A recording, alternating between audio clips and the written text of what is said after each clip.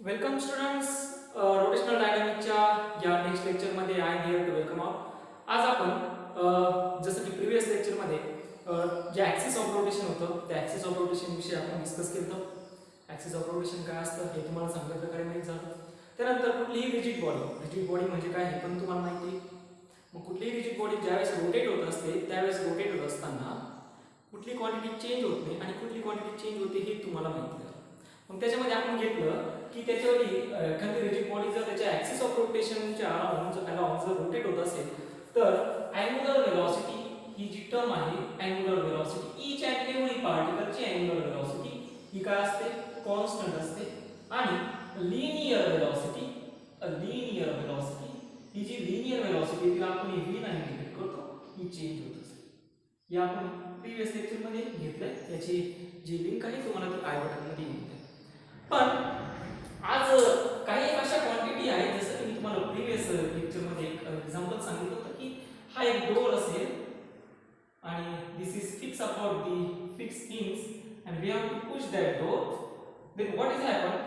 We apply the force not on the hinges. आपण जो force apply करतो त्याचे जे हिंग्स आहे याच्यावरती फोर्स अप्लाय नाही करतो. मग हा फोर्स कुठे अप्लाय करतो तर याच्या एवढ्या सेक्शनला आपण फोर्स अप्लाय करत असतो. मग फोर्स अप्लाय करून काय होतं तर याच्या प्रत्येक पोझिशनला डिफरंट पॉइंट ऑफ कॉन्टॅक्ट येणार आहे. डिफरंट पॉइंट ऑफ कॉन्टॅक्ट वरती फोर्स जो अप्लाय होणार तो पण वेगळा असेल. जनरली फोर्स असतो काय F is equal to mass multiply by acceleration. I am talking about the linear force. F is equal to m multiplied by acceleration. But this force is applicable in rotating body. माझा question असा आहे की हा force जर linear force असेल आपण जर याला फोर्स अप्लाय करून ही बॉडी जर रोटेट होत असेल तर हा फोर्स इथे ऍप्लिकेबल आहे का? म्हणजे आपल्याला रोटेशनल मोशन मध्ये या फोर्सला एक एनालॉगस क्वांटिटी शोधायची आहे. तिला म्हणायचं असतं टॉर्क. रोटेटिंग बॉडी मध्ये फोर्स आपण रिप्लेस करणार आहोत टॉर्कने. पुढे या मासला एक एनालॉगस क्वांटिटी शोधायची आहे जी ऍक्च्युअली रोटेशनल मोशन मध्ये मास म्हणून इंडिकेट करणार आहे. कारण ज्यावेळेस आपण या ठिकाणी फोर्स अप्लाय करतो तर ह्या प्रत्येक ठिकाणी एक डिफरंट पार्टिकल्स आहेत आणि ही ऍक्च्युअली ऍक्सिस ऑफ रोटेशन आहे आणि ह्या ऍक्सिस ऑफ रोटेशन पासून त्यांचं डिस्टन्स आहे. म्हणजे हा पार्टिकल P1 जर असेल त्याचं डिस्टन्स R1, हा P2 असेल त्याचं डिस्टन्स R2, हा P3 असेल तर याचं डिस्टन्स R3 आणि हा P4 असेल तर याचं डिस्टन्स R4. मग पॉइंट ऑफ कॉन्टॅक्ट आणि डिस्टन्स जर बदललं तर आपण घेतलंय पॉइंट ऑफ कॉन्टॅक्ट आणि डिस्टन्स जर बदललं लिनियर वेलोसिटी बदलणार but it's angular velocity about the axis of rotation are fix. That means we have to find one quantity which are actually represent the mass in rotational motion. मग आपल्याला अशी quantity बघायची आहे जी generally analogous असणार आहे. Analogous quantity असेल जी की rotational motion मध्ये मासला रिप्रेझेंट करणार आहे आणि त्या क्वांटिटीला म्हणायचं असतं मूवमेंट ऑफ इनर्शिया. आणि जनरल ऍक्सेलरेशन ही जी क्वांटिटी आहे ती आपल्याला माहिती आहे की रोटेशनल मोशन मध्ये ऍक्सेलरेशन ह्या क्वांटिटीला आपण अँग्युलर ऍक्सेलरेशन ने रिप्रेझेंट करत असतो. Angular acceleration. सो आजचा टॉपिक जो आहे तो पूर्ण टॉपिक डिपेंड्स असणार आहे मूवमेंट ऑफ इनर्शिया. ओके करूया सुरुवात मग. So let's begin without wasting any time. करूया सुरुवात. Movement of inertia is the analogous quantity of mass. Board साठी पण महत्त्वाचं आणि कॉम्पिटिटिव्ह साठी सुद्धा महत्त्वाचं. So movement of inertia is analogous quantity of mass. Analogous quantity of mass in rotational dynamics. Rotational dynamics मध्ये ही जी क्वांटिटी आहे कुठली क्वांटिटी मूवमेंट ऑफ इनर्शिया ही मासला कशा पद्धतीने रिप्रेझेंट करते ते बघूया. पण सगळ्यात अगोदर आपण एक कन्सेप्ट समजून घेऊ. ती कन्सेप्ट म्हणजे ऍक्च्युअली हा मूवमेंट ऑफ इनर्शिया काय. इनर्शिया म्हणजे inertia what is mean by inertia. बऱ्याच वेळा तुम्हाला ही कन्सेप्ट मी सांगितलेली आहे. इनर्शिया म्हणजे काय तर बॉडी जे काही चेंजेस आहे एक्सटर्नल अफेअर्स असतात एक्सटर्नल जे फोर्सेस असतात त्या फोर्सेसनी जर त्याच्यावरती कुठलेही रेजिस्ट फोर्सेस जर अप्लाय केले ती बॉडी काय करणार आहे त्या फोर्सेसला अपोजिशन करायचं काम करेल रेजिस्ट करायचं काम करेल. जेणेकरून तिचं स्वतःचं जे नेचर आहे ते चेंज होणार नाही. आणि जर आपण रिजिड बॉडी जर बघितली तर रिजिड बॉडीमध्ये दोन जे पार्टिकल्स असतात त्या दोन पार्टिकलमधलं डिस्टन्स चेंज होत नाही. म्हणजे ती बॉडी काय करते, अपोज करते. ज्यावेळेस मोशनमध्ये असते त्यावेळेस त्या मोशनला काय करायचं काम करते, ते पार्टिकल सेपरेशन त्यांचं डिस्टन्स जे आहे ते डिस्टन्स चेंज होऊ न देता ते काय करतात, अपोज करायचं काम करतात. आणि this is the property of that body and it is called as a inertia.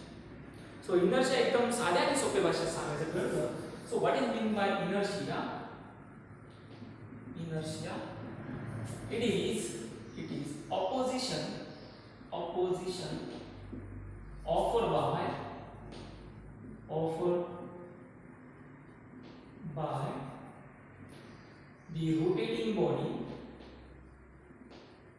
by the rotating body to resist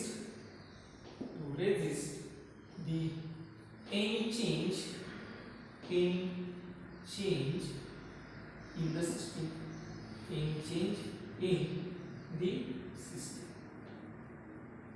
and it is called as याला म्हणायचं असतं इनर्शिया. ठीक आहे.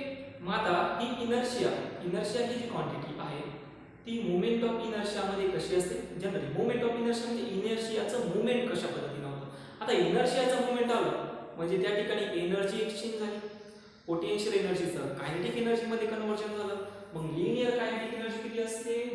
कायनेटिक एनर्जी लिनियर मोशन ही असते सगळ्यांना माहिती, half of m multiply by v square. मग आता जर आपण सगळ्यात ॲनालॉगस क्वांटिटी बघत जर असो, मग कायनेटिक एनर्जी सुद्धा एखादी बॉडी रोटेट होत असेल तर तिला स्वतःची कायनेटिक एनर्जी असणार. मग ती kinetic energy linear kinetic energy असेल का? नाही. मग ती कायनेटिक एनर्जी कोणती असणार आहे?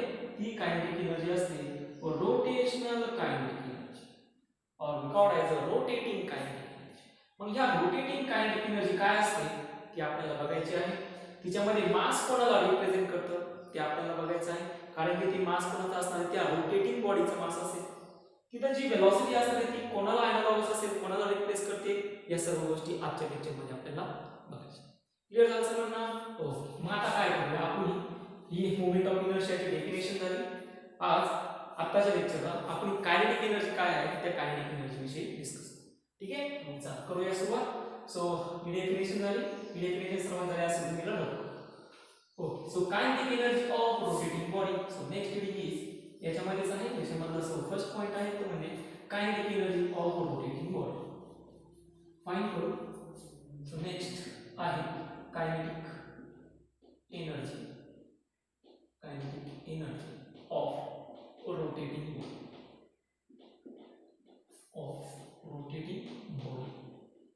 खूप सिंपल आहे. काय करूया, मी एक रिजिड बॉडी घेतली. Any shape of the rigid body आहे, any shape of the rigid body. त्याच्यानंतर ही रिजिड बॉडी जी आहे ती रोटेट होते.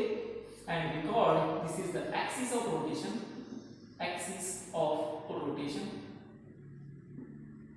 याच्यावर काय असणार आहे? Angular velocity. आणि याच्यामध्ये या बॉडीमध्ये n number of particles. So इथे म्हणतो मी द रिजिड बॉडी. आता हा जो प्रॉब्लेम आहे ऍक्च्युअली ही जी कन्सेप्ट आहे तुम्हाला बोर्डसाठी काम आहे, पण याचा जो फॉर्म्युला आहे नेहमीप्रमाणे मी तुम्हाला सांगत असतो याचा फॉर्म्युला तुम्हाला कॉम्पिटिटिव्ह साठी काम. So this is for board exam, 12th board exam. अतिशय महत्त्वाचा, व्यवस्थित लक्ष द्या. So the rigid body rotating about an axis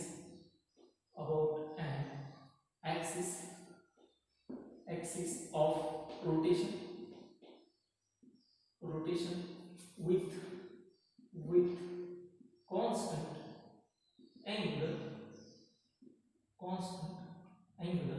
velocity. आणि ही जी कॉन्स्टंट अँग्युलर वेलोसिटी आहे ती कशाने दाखवतो आपण? पुढे काय असणार आहे तर ही जी बॉडी आहे याच्यामध्ये n नंबर ऑफ पार्टिकल्स असतील.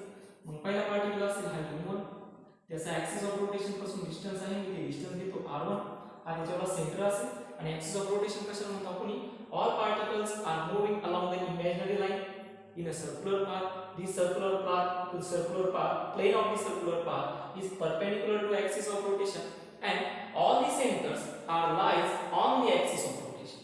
याला तर जनरली म्हणतो आपण त्या इमॅजिनरी लाइन मध्ये सगळे सेंटर्स असतात आणि सगळे पार्टिकल्स एका सर्क्युलर पाथ परफॉर्म करत असताना ते सर्क्युलर पाथचा जो प्लेन असतो तो प्लेन या ॲक्सिस ऑफ रोटेशनला कसा असतो परपेंडिक्युलर असतो हे आपण घेऊ.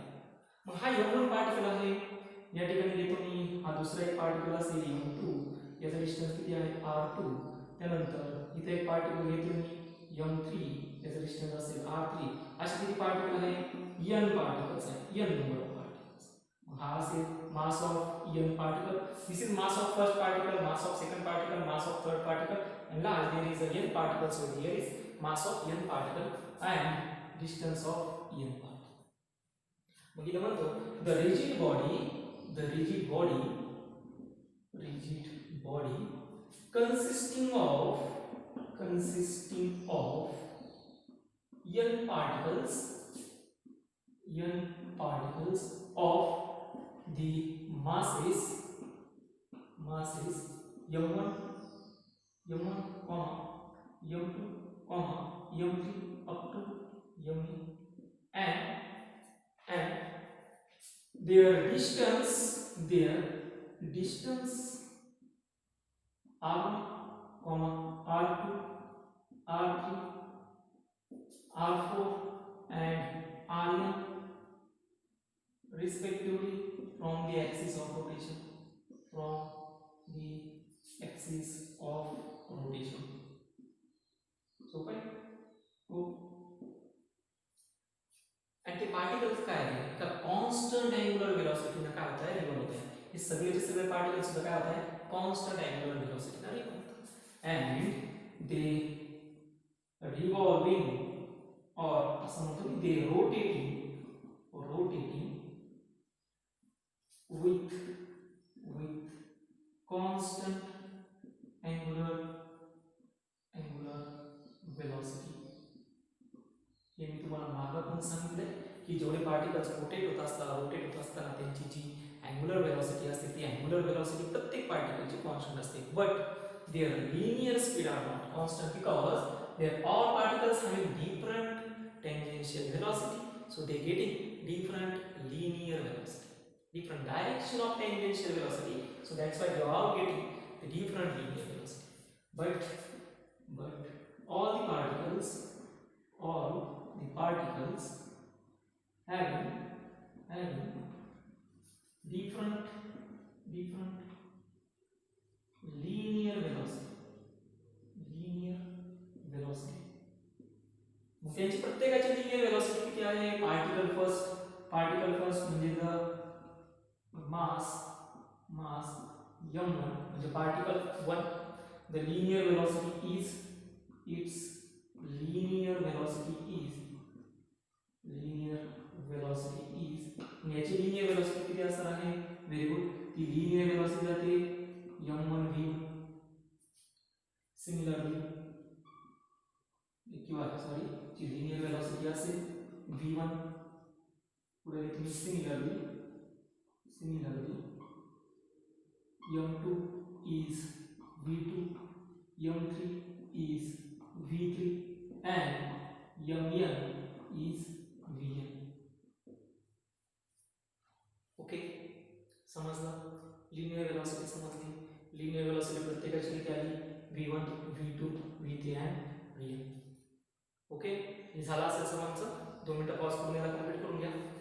ओके आता हे तुम्हाला सगळं थेरोटिकल पॉइंट समजला की प्रत्येकाची अँगुलर वेलोसिटी सेम आहे प्रत्येकाची लिनियर वेलोसिटी बदलली मास बदलले मग प्रत्येकाची जी कायनेटिक एनर्जी असेल या प्रत्येक पार्टिकलची कायनेटिक एनर्जी रोटेट होतोय म्हणजे याची स्वतःची काहीतरी कायनेटिक एनर्जी असतात ती कोणती असणार ती असेल त्याच्यावरती ट्रान्सलेशन कायनेटिक एनर्जी कारण की मास आहे वेलोसिटी आहे बघा मास आहे वेलोसिटी आहे मास आहे वेलोसिटी आहे मास आहे वेलोसिटी आहे आणि मास सुद्धा आहे आणि वेलोसिटी आहे म्हणजे प्रत्येक पार्टिकलची जी वेलोसिटी असेल ती कोणती असणार आहे ट्रान्सलेशन कायनेटिक एनर्जी आणि या सगळ्या ट्रान्सलेशन कायनेटिक एनर्जीची ॲडिशन म्हणजे ह्या बॉडीची काय असणार आहे रोटेशनल कायनेटिक एनर्जी. क्लियर होते सर्वांना बघा प्रत्येक पार्टिकलला वेलोसिटी डिफरंट आहे मास डिफरंट आहे मग ह्या प्रत्येक पार्टिकलला काय असणार आहे काहीतरी कायनेटिक एनर्जी असेल ती कोणती कायनेटिक एनर्जी असणार आहे ट्रान्सलेशन कायनेटिक एनर्जी आणि या सगळ्या ट्रान्सलेशन कायनेटिक एनर्जीची ॲडिशन म्हणजेच त्या बॉडीची काय झाली रोटेशनल कायनेटिक एनर्जी. क्लियर झालं चला ते मी कंप्लीट करून घ्या म्हणजे मला पुढे झालं हे झालं असेल पुढे येतो the rotational kinetic energy of rotating body is, so next point म्हणजे पुढे जे डेरिवेशन आहे तेच पुढे मी एक्सप्लेन करतो. मग हे एक्सप्लेन करत असताना आता मला काय फाइंड करायचं आहे, kinetic energy of rotating body. इथे घेतो me but kinetic energy of rotating body is sum of individual translation kinetic energy of each particle. काय सांगितलं त्यांनी, जी कायनेटिक एनर्जी आहे रोटेटिंग बॉडीची ही ऍडिशन आहे कशाची, प्रत्येक पार्टिकलच्या ट्रान्सलेशन कायनेटिक एनर्जी. म्हणजे जर आपण इथे घेतलं ना, kinetic energy of rotating body is equal to kinetic energy translation first बॉडीचं ट्रान्सलेशन. ओके, त्याच्यानंतर कायनेटिक एनर्जी सेकंड बॉडीचं translation plus kinetic energy third बॉडीचं ट्रान्सलेशन अप टू कुठपर्यंत कायनेटिक एनर्जी nth बॉडीचं ट्रान्सलेशन. ओके, हे दिसतंय सर्वांना. ठीक, व्यवस्थित दिसते. ओके, मग आता काय करावं लागेल, प्रत्येक एक कायनेटिक एनर्जी फाइंड करावं लागेल. सीधा म्हणतो दी कायनेटिक एनर्जी, कोणती kinetic energy, translation kinetic energy. So translation kinetic energy of particle 1 is किती असणार आहे, kinetic energy 1 is equal to half of m1 v1 square. Okay, equation 1. Similarly for second particle, kinetic energy second is equal to half of m2 v2 square. And similarly for n particle, आता हे कोणासाठी अजून, similarly for third particle, kinetic energy third साठी किती असणार आहे, half of m3 v3 square. आणि for n particle साठी किती असेल, n पार्टिकल साठी होऊन जाणार आहे kinetic energy of n particle half of m n आणि किती असणार आहे vn स्क्वेअर. या सगळ्या कायनेटिक एनर्जीज मला भेटलेल्या आहेत. आता मी काय करतो, या ज्या सगळ्या कायनेटिक एनर्जीज भेटल्या त्या कायनेटिक एनर्जी ऑफ रोटेटिंग मध्ये टाकून देतो. Half of m1 v1 square, half of m2 v2 square, half of m3 v3 square, half of mn vn square. Clear झालं सगळ्यांना, तुमचं नोट डाऊन झाला असेल. ठीक, पुढे चला. सो नेक्स्ट सगळ्या व्हॅल्यू सबस्टिट्यूट करून घेऊ या इक्वेशन मध्ये. म्हणजे येऊन जाणार आहे kinetic energy of rotating is equal to half of m1 v1 square, half of m2 v2 square, half of m3 v3 square up to half of n vn square. चला, आता मला एक प्रश्न उत्तर द्यायचं, लिनियर वेलोसिटी आणि angular velocity मध्ये relation काय माहिती सर्वांना, but v is equal to r omega. Linear velocity angular velocity मध्ये रिलेशन काय, v is equal to r omega. आणि मी सांगितलंय की ओमेगा प्रत्येक पार्टिकल साठी हा कॉन्स्टंट आहे, तो बदलेल का, अजिबात नाही. म्हणजे हा v1 जर असेल तर हा r1 omega, similarly v2 is equal to r2 omega, similarly v3 is equal to r3 omega आणि up to vn is equal to rn omega. ही व्हॅल्यू ही गोष्ट तुम्ही लक्षात ठेवा व्यवस्थित. मी काय सांगितलं होतं, जसं की मागचं एक पूर्ण लेक्चर मी घेतलं होतं त्यासाठी मी सांगितलं होतं की जी वेलोसिटी आहे ती वेलोसिटी लिनियर वेलोसिटी चेंज होणार आहे, but angular velocity of all the particles is constant. हे प्रूव्ह करण्यासाठी आपण मागचं लेक्चर घेतलं. त्याच्यामध्ये सांगितलं की अँग्युलर वेलोसिटी प्रत्येक पार्टिकलची कॉन्स्टंट आहे, ती बदलत नाही, ती बदललेली नाही. v1 r1 omega, v2 r2 omega, v3 r3 omega आणि Vn R होते. मग आता पुढे काय करणार तर ह्या आलेल्या सगळ्या व्हॅल्यू या वरच्या इक्वेशन मध्ये सबस्टिट्यूट करून देऊ. मग kinetic energy of rotating body किती होणार आहे मी याला R म्हणतो आता तर ती असेल याला लिहितो Vn is equal to Rn multiplied by omega. हे तुम्ही नोट डाउन करत असाल.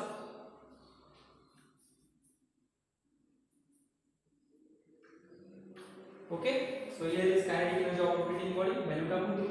Half of m1 v1 ची व्हॅल्यू r1 इथं v स्क्वेअर म्हणजे r स्क्वेअर ओमेगा स्क्वेअर इथं असणार आहे r1 square omega square half of m2 r2 square omega square half of m3 r3 square omega square up to कुठपर्यंत very good half of mn r n square omega square पुढे 1/2 omega square common घेऊया very good so 1/2 मध्ये काय राहणार आहे m1 r1 square plus m2 r2 square plus m3 r3 square up to mn r n square multiply by omega okay.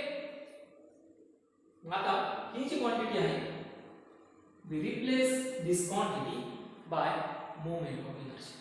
आता ही quantity मी कशाने replace करतो हे व्यवस्थित समजून घ्या. सो जी इक्वेशन आहे ती इक्वेशन मी परत इथे लिहितो. तसं इझी आहे खूप इझी आहे तुम्हाला थोडंसं कॉन्संट्रेट करण्याची गरज आहे. So kinetic energy of rotating body is equal to half of मध्ये असे m1 r1 square m2 r2 square m3 r3 square up to mn r n square multiply by omega square. आता ही quantity मी replace करतो. This quantity will be replaced by I is equal to असेल m1 r1 square plus m2 r2 square plus m3 r3 square up to mn r1 square.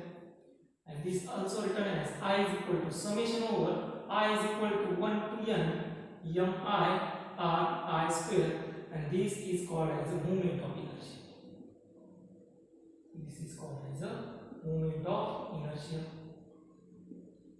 Here on the equation number 2 पुढे म्हणणार substitute in equation 2.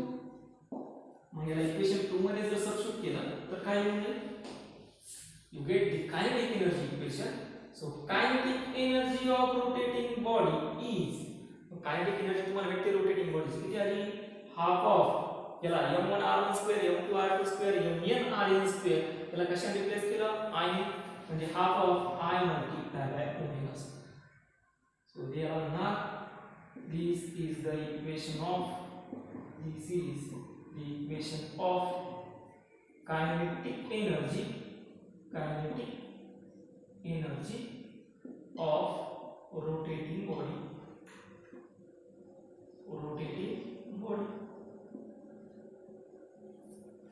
Okay ठीक. आता मी याला काय करतो compare करतो. इथे म्हणतो by compare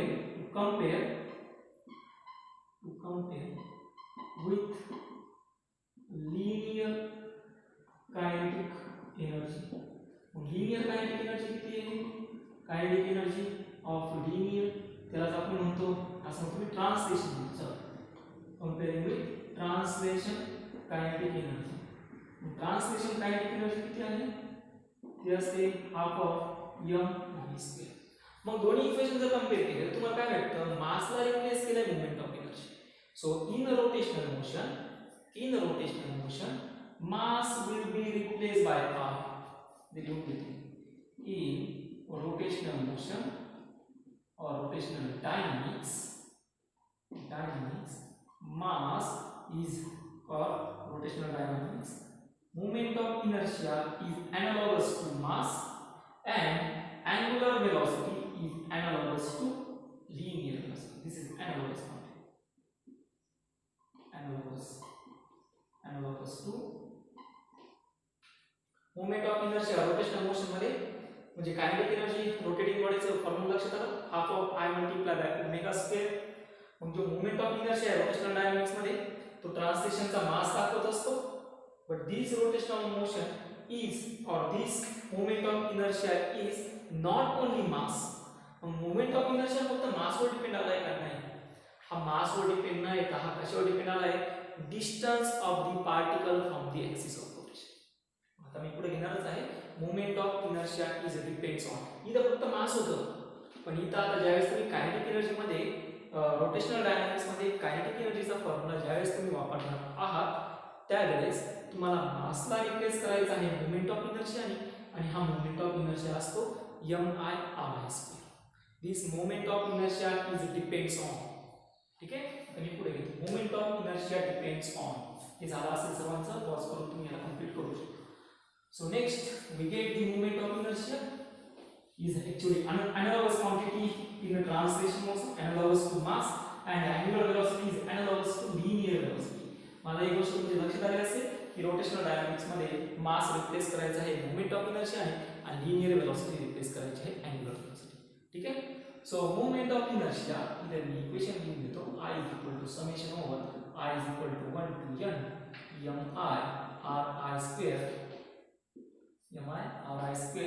so this moment of inertia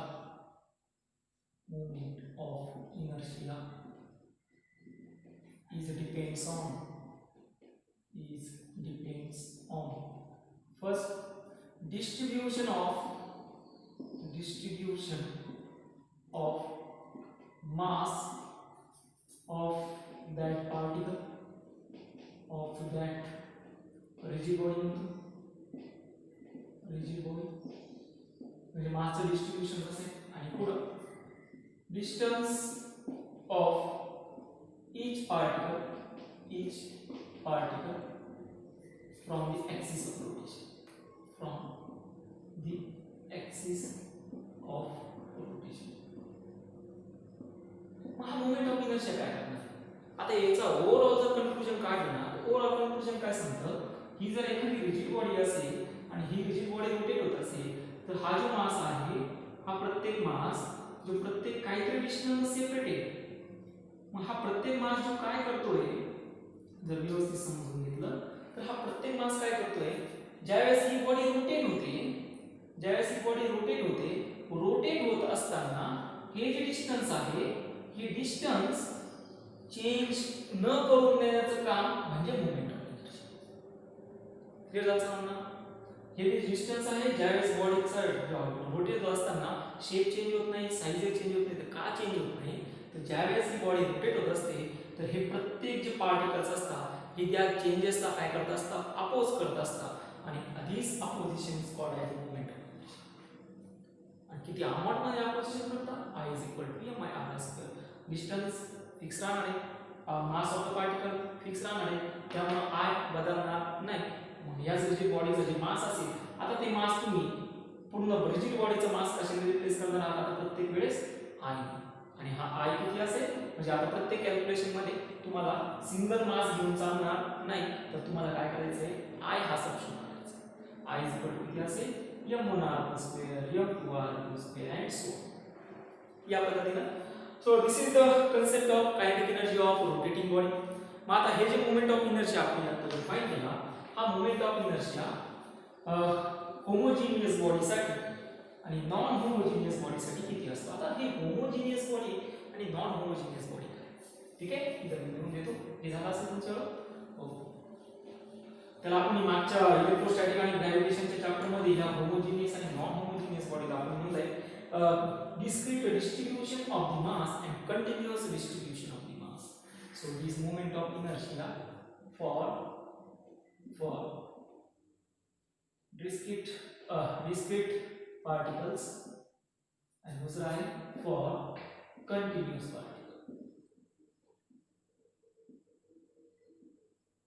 मग discrete particle साठी moment of inertia तुम्हाला सिंपल घ्यायचा आहे summation over I = 1 to n येणार आहे mI/r² आणि कंटिन्यूअस साठी तुम्हाला घ्यायचं आहे I = integration of r² × d. आता हे डिस्क्रीट आणि कंटिन्यूअस तुम्हाला माहिती आहे डिस्क्रीट म्हणजे मी तुम्हाला सांगितले हा एक मास सेपरेटली दिला असेल, हा दुसरा मास सेपरेटली दिला असेल, हे दोघांमधला डिस्टन्स असणार आहे, हा तिसरा मास इथे कुठेतरी दिला असेल आणि हे प्रत्येकाचा डिस्टन्स असेल r1 r2 r3. हे मास काय असेल m1 m2 आणि m3. आणि तुम्हाला विचारलं मोमेंट ऑफ इनर्शिया फाइंड करा. I इथं काय असेल I is equal to m1 r1 square, I is equal to m2 r2 square आणि इथं काय असणार आहे m3 r3 square. तो तुम्ही इझिली काय फाइंड करू शकता moment of inertia, discrete distribution of the masses. पण कंटिन्यूअस मध्ये काय असेल तर कंटिन्यूअसचे एक्झाम्पल असतात. फॉर एक्झाम्पल रॉड असते, रिंग असेल, फॉर एक्झाम्पल डिस्क असेल. मग याच्यामध्ये तुम्हाला असे मासेस सेपरेटली दिलेले नसणार. मग तुम्ही काय करता, समजा हा रॉड जर असेल तर ह्या रॉडचा एक क्रॉस सेक्शन घेता. मग हा किती डिस्टन्स वरती आहे, मग तुम्ही अज्यूम करता हे डिस्टन्स आहे dr आणि याचा मास किती आहे m1. मग इथं तुम्ही तुमचे तीन पॅरामीटर्स यूज करता. कोणते घेतले बघा, रॉड जर असेल तर लिनियर, आपण इलेक्ट्रोस्टॅटिक मध्ये म्हणतो त्याला लिनियर चार्ज डेन्सिटी. मग इथं म्हणणार आहोत ग्रॅव्हिटेशन मध्ये आणि रोटेशन मध्ये लिनियर डेन्सिटी. दुसरा असणार आहे सरफेस डेन्सिटी, हे आठवत असेल तुम्हाला. आणि तिसरा आहे व्हॉल्यूम डेन्सिटी. लिनियर डेन्सिटी मध्ये रॉड असेल, सरफेस डेन्सिटी मध्ये तुमच्याकडे रिंग असेल किंवा डिस्क असेल, रिंग ऑर डिस्क, आणि व्हॉल्यूम डेन्सिटी मध्ये स्फिअर्स असेल. हे आपण घेतले. फॉर्म्युला लक्षात आले. डिस्क्रीट पार्टिकल साठी I1 इज इक्वल टू, याला नॉन होमोजेनियस बॉडी म्हणले आणि याला होमोजेनियस बॉडी म्हणले. This is for non homogeneous body, this is for homogeneous body. Homogeneous body साठी तुम्हाला घ्यायचं I is equal to integration r square dm आणि डिस्क्रीट पार्टिकल साठी तुम्हाला घ्यायचं I is equal to summation over I is equal to 1 raise to n mi r I square. Clear answer म्हणा. Hope so you getting idea about the